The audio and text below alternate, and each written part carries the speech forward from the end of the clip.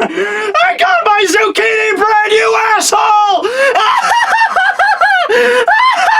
明日の風が吹く頃には晴れ晴れほわほれ胸の晴れ誰かに会いたくなるんだ想像はつかないことばかりだろう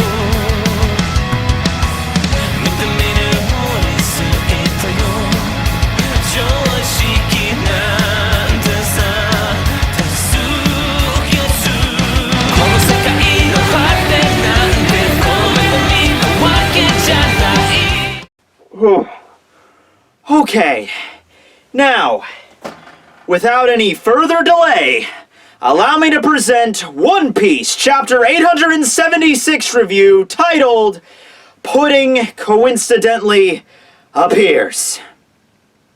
Spoiler alert, I think pudding is gonna coincidentally appear. Probably. Alright, so the chapter starts off with a new cover page focusing on one of the Straw Hat Grand Fleet members, and now we kick off the little side arc with Sai. Remember, Sai was the grandson of Don Chinchao, and he was also there with Boo, and they were fighting in the Colosseum, and now he is the new king of the Kano Kingdom, which is located in the West Blue, so we see Sai's ship returning to port. Don't really know much about where else it's going to go from here, but we can assume that Baby 5 is with him because they apparently got married, and hey, I don't know if I'm the only one thinking about this. Maybe you guys are too, but just bear with me. A Sai and Baby 5 sitcom.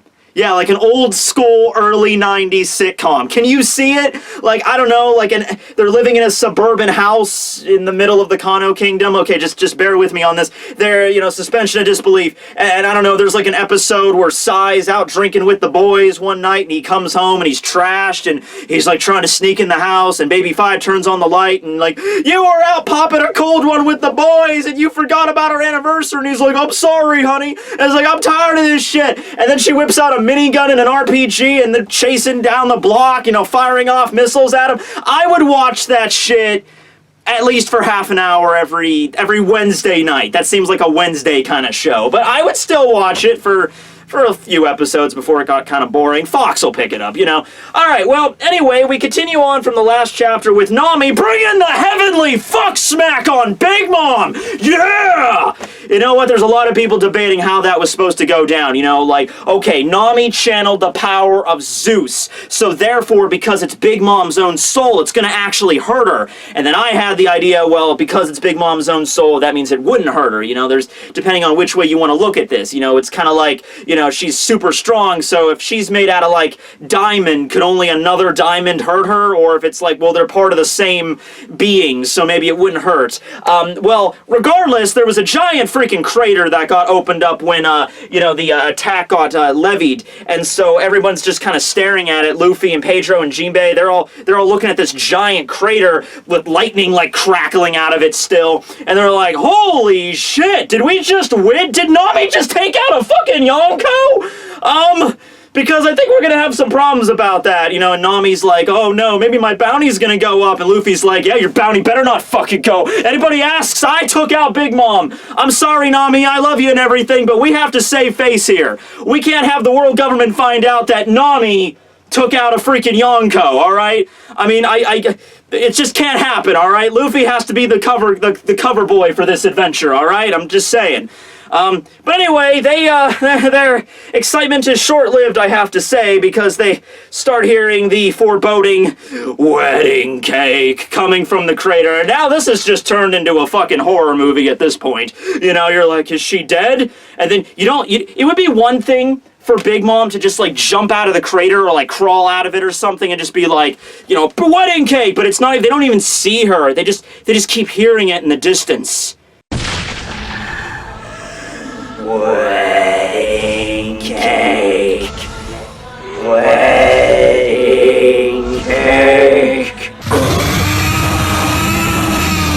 As if Big Mom got knocked down into hell itself, but then, you know, landed on Satan and her fat ass killed him, and he's like, oh, well, even hell can't handle it, and when she wants her freaking fix, right?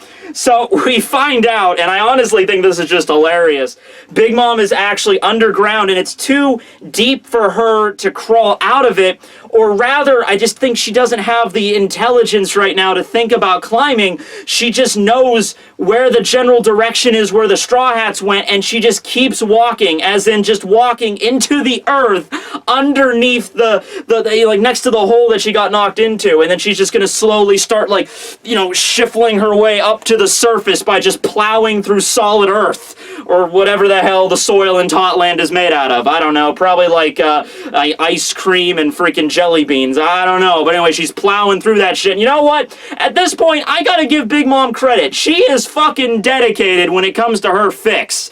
Because I think we've all been in that situation where we're driving around town and we're like thinking of something to eat, and we get something in our head like, oh man, that'd be really fucking cool to eat there, and then we show up and they're closed or they don't have it on the menu or something, and we're like, oh man, that would have really hit the spot right now. Alright, you want to go to Subway? Oh, God.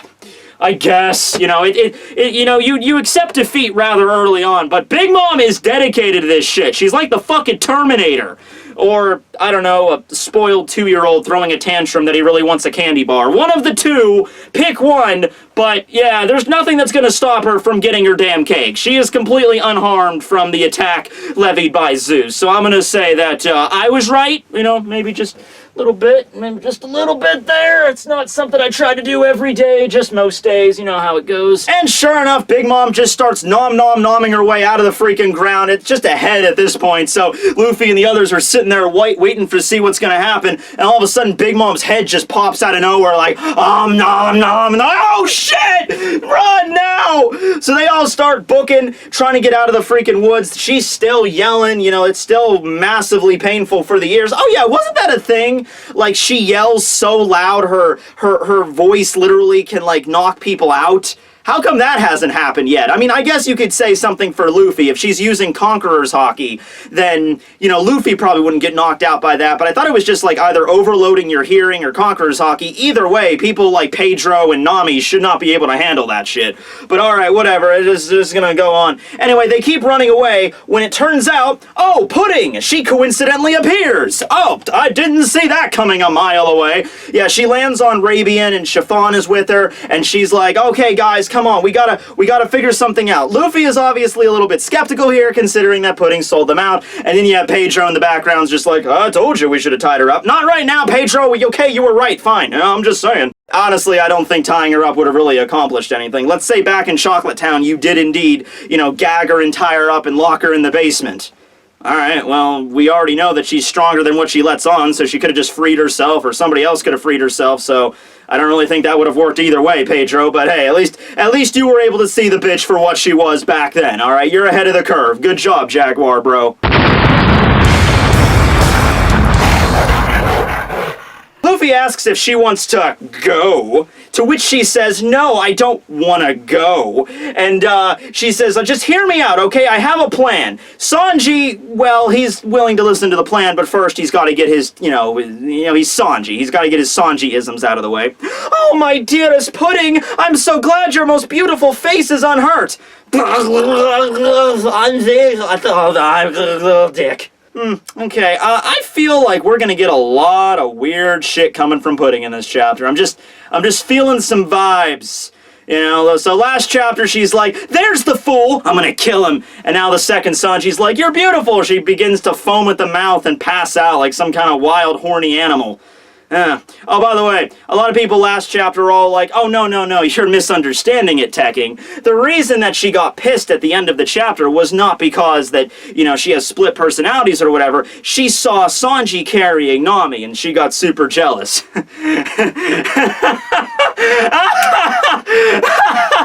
I think you're giving the Pudster too much cred. Oh, good lord. But anyway, no, she's fairly nice, she kind of comes to her senses, and she's like, okay, we got to get to the point right now. And so she begins to state what she has in store, how she plans on getting the cake to Big Mom so that Sanji and his crew can escape. Here is Pudding's plan. You bastards! You miserable louts! I never save you in a million years! Even if you make it to your ship, it will be useless. Mama will chase you lot to the ends of the earth, and she'll send you to the ocean floor! Jesus fucking Christ.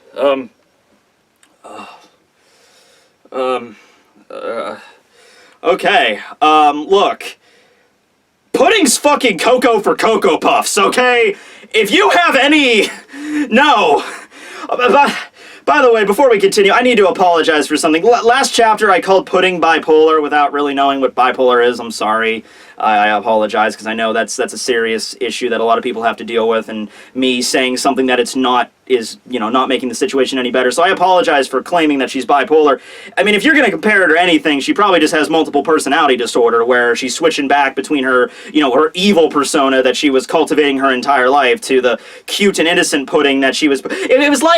It's like she was like a bitch for most of her life, but she had to pretend to be a cute girl in certain situations, but it's sort of like the mask transcends to a certain point where, it's like actually dual personalities battling out in her head. If you want to go with the I'm not a fucking psychologist, obviously, but if you want to go with that explanation, sure, but I'm just going to go with the fact that she's fucking cuckoo for Cocoa Puffs, okay?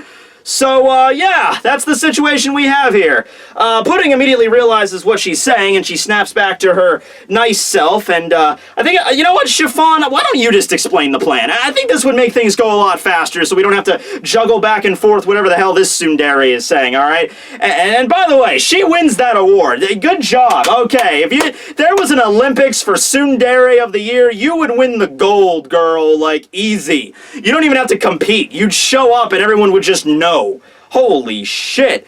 Oh, okay, what am I saying? Alright, hold on, let me collect myself here. Okay, Sanji, so that's why you have to come here this instant, so I can watch as your friends are killed by Big Mom, and you taste living hell! Oh my god, what am I saying? Oh no! Is this seriously what we're going with, Oda? This is what you're going with. You're just tossing a crazy lady at us and just expecting us to roll with it. Okay, look. If anybody out there is still hoping that Pudding is going to join the crew, what is wrong with you, for one? And number two, why? Okay, so are we good now? We had the little shtick where Pudding went, nice and then mean, and then nice and then mean, and then nice and then mean. Are we good now? Can we get to the actual explanation of how they're gonna do this fucking cake? Alright, cool. Again? A fourth time you're doing this in 2 chapters. Okay, fine, you know what?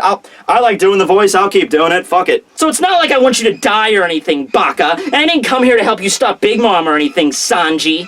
And I also don't want to have hot, sensual sex with you tonight, but I kind of do, but I'll skull fuck you, but then I'll cherish every moment that we're together after I burn you and throw you into the bottom of the ocean, but in a tender, loving way.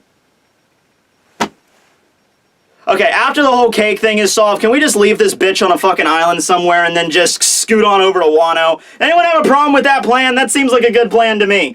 And this is coming from the guy that spent the last 48 hours imprisoned in some podunk freaking dungeon, all for the sake of zucchini cake being appropriated by a panda. Okay, so we finally get to the explanation here. Okay, here's the master plan. Big Mom is gonna keep chasing the Straw Hats till the ends of the earth. I would assume that she can just hop on Zeus now to get over the water, so even getting to the shore is not gonna stop her. So they're like, alright, me and Pudding, this is Chiffon speaking now because she actually knows her shit, Chiffon and Pudding are gonna get on Rabian and they're gonna scoot over to Chocolate Town where they have all the ingredients ready to go. And they ask Sanji to come with them because they're like, Sanji, you're good with baking pastries, right? And Sanji's like, yeah, I'm pretty awesome. I can bake pretty much anything. And it's like, okay. So Sanji goes with Pudding and Chiffon, on. And they're going to go over to Chocolate Town, make the cake. Meanwhile, the Straw Hats are going to get on the Sunny and, you know, go from Whole Cake Island to Chocolate Island with Big Mom in tow the entire time following behind them. And the plan is to eventually meet in the middle. So here's Whole Cake Island, here's Chocolate Town, Pudding and Chiffon and Sanji. They arrive in Chocolate Town. Meanwhile, the Straw Hats are on Whole Cake Island, sailing away on the Sunny. Big Mom's right behind him, and right in the middle, right when Big Mom is following the Straw Hats, that's when they, you know, arrive back with the cake. I guess they're going to take a boat back with the cake because they won't be able to carry the cake on Rabian. So they're like, all right, we're gonna do that. That's the plan. All right, that should not have taken that long to explain, okay? We're almost like halfway through the chapter. All right. Well, anyway, Big Mom starts charging again, and she raises up Napoleon, ready for another Elbaf move. I don't know why she didn't just use that to get out of the crater. All right, she's not thinking very clearly right now at the moment. You know, that would explain things. So this technique is known as Mighty Nation. Oh, wait, this is the same technique that Dory and Bragi used against that giant goldfish thing out of Little Guard. You know, that move that punched a hole straight through a giant fish the size of a mountain. You guys might want to fucking move. So they do manage to avoid it, and Pudding, Chiffon, and Sanji are all on Rabian, and they're ready to go. However, they look down and they noticed, you know, from a bird's eye view that they're actually skewing off the path to the shore. So they have to double back really quick, and they're like, you guys are going the wrong way. And Sanji and Luffy and everybody's like, oh, we were trying to go in a straight line, but this fucking forest. So Pudding decides to maintain her sanity for a very brief amount of time and decides to use one of her Memo no Mi abilities, her abilities to alter memories. It's called Memories Fill Flashback, and she's just like kind of waves her hands all over the forest, and the memories that were lying in the souls that are now in the homies of the seducing woods, you know, all flood back at the same time. So all the trees and all the plant life that were trying to screw over the Straw Hats, they're so confused now because they're having conflicting memories from when they were alive. So they're like, it's like, oh wait, I gotta go walk the dog. Oh, I gotta go get some groceries. Oh my god, I'm a tree! You know, that kind of shit. So they're kind of confused at the moment. Oh, that does seem kind of fucked up that they're regaining their humanity in the state of like, oh my god, I've been turned into a flower! I'm elegant and I breeze in the wind, but still, this is horrifying. They might not actually remember, they might not actually be able to, like, regain their personalities. They might just have, like, the memories themselves just, like, coming to the surface, and they're just like, oh, I need to go walk the dog. Like, I need to go walk the dog. Like, just on permanent repeat, not actually having awareness of their previous life, you know? And by the way, keep in mind that the people that are reanimating the homies, they're not like they're dead. How it works in Totland is just, like, I think every 6 months, like 1 month of the soul energy is removed from a person's body and then just planted into a homie, and that just happens over and over and over again to keep the homies active. So it's not like that the memories from that are in the homies are like from dead people that are like they had their souls ripped out and put in a tree. The people are still alive. It's just that the fragments of their soul are now animating the homies. That's all. Alright, so anyway, they redirect them in the proper direction now that the trees are, confused, and they manage to get to the Sunny. Meanwhile, while flying over the Sunny, they notice that Chopper and Brook are fighting against Katakuri and Perospero. We cut to the top of the deck of the Sunny. It's a little bit battle damaged. You know, Sanji brings up that the Sunny's been a little damaged, but, you know, Frankie might get a little pissed, but if you get to Wano, I'm sure Frankie could patch that shit up willy-nilly. We cut to the deck, and we see Chopper and Brook actually doing pretty good against the chest soldiers and the normal members of the crew. That's pretty simple. Katakuri even mentions, like, oh, you're pretty good with the chest soldiers, skeleton. And, Brook's just like, well, I am the Soul King after all, but they're obviously starting to get a little exhausted. And the reason for that is because they have, like, infinite spawning enemies coming out of a mirror on the ship in Nami's room, and they had, like, 10,000 soldiers in the fucking room. So no matter, and they have a limited fighting ground to fight on, just the Sunny, but they just keep, like, hopping out, like, dot, dot, dot, dot, dot, dot, dot, dot, dot. And so no matter how fast you beat them, there's just going to be more and more coming. So they hatch a plan to go and destroy the mirror in Nami's room, even though Nami's not going to enjoy that very much. She's probably going to be pretty pissed, but hey, I think she'll understand in hindsight, right? But anyway, yeah, so they get pretty pissed here. Katakuri's like, just give it up, guys. Come on, you're not going to win. And they're like, no, the Sunny is our ship. The Straw Hats ship, we got it. And then you see Luffy and everybody right about to exit the forest, so they're going to be arriving too, and I think they could manage to maybe deal with Katakuri, at least get them off the ship long enough for them to get on and maybe sail away. At least we hope so. I mean, I keep saying that this arc's gonna finish, and it just keeps on going, so at this point, I don't fucking know. Whole Cake Island, 20 more chapters! Who's with me? Yeah, that's what I thought. Alright, so Zeus returns to the control of Big Mom now that Nami's too far away to feed him, and he seems back to normal as well. I thought Zeus was going to get eliminated or something in that attack. It was going to, like, reabsorb back into Big Mom, but no, he's still around, so Big Mom's probably just going to hop on Zeus, and that's how she's going to get across the water, so that's going to be pretty simple. Meanwhile, we cut back over to Chiffon, Pudding, and Sanji. Pudding is still freaking out, going gaga over Sanji, can't even bear to look at him, and Sanji just, end of the chapter, just strikes the awesome pose. Time to make a cake that'll make Big Mom faint. Lights up a cig, pretty damn cool. Now, I don't know if that means, like, we're gonna make a cake so damn good that she's gonna be satiated instantly, or if it's gonna be like, okay, I'm gonna fill this fucking thing with nitroglycerin and fucking as many explosives as I can get. You know, like, I just, like, stuff her face full of poison. Yeah, fuck it, go for it. Why not, right? I mean, give it a shot. Did anybody save any of the poison from those KX launchers? Wait a sec. Why didn't anybody ever try to poison Big Mom? The woman literally scarfs down food so much at certain points she doesn't even think about it. She gets so addicted to food, it's like, I don't care, just give it to me, and she'll shove anything in her mouth. Damn it, BJ, that's what you should have done. And you had people working on the inside. You had your own mem infiltrating Big Mom's, like, kitchens. You should have replaced the KX launchers. You just put the KX shit inside of the cake. You knew Big Mom was going to have the first bite out of that shit. No one else would even dare to touch it. That's what you should have done. Ah, man, I'm just coming up with all the ideas today. Alright, so yeah, the thing that everybody thought was going to happen that I didn't is happening. Sanji is going to help make the cake. Yeah, I don't know how long this chapter, I thought this was going to wrap up pretty soon, yet it doesn't seem to be the case. Am I the only one thinking that this arc should have ended like 4 chapters ago? You know, the whole Big Mom going crazy, I think that should have been the prime time for it to end. Like, Big Mom goes crazy for wedding cake, wrecks her own crew, and then the Straw Hats manage to escape, and then they're on their way to Wano already. That seemed like an obvious endpoint for me, like an obvious way for them to get out, and they just came to, you know, extend it further with Big Mom chasing after them. But maybe Oda just wants to, like, hammer it in more that this is, you know, this isn't like an everyday, ordinary thing that they've dealt with before. They can just get out of Dodge. This is going to take a lot of effort to get out of Big Mom's territory. So fair enough, I guess. But it just seems to be dragging a little bit. I don't know. It depends on how long it takes to make the damn cake. You know, if it takes like 2 or 3 more chapters to make the cake, I'm like, yeah, but if they could just, next chapter, we're already like halfway done. I mean, you got Chiffon, you got Pudding, you got Sanji. They all seem like they're pretty good chefs. I think they can manage to get this cake done lickety-split.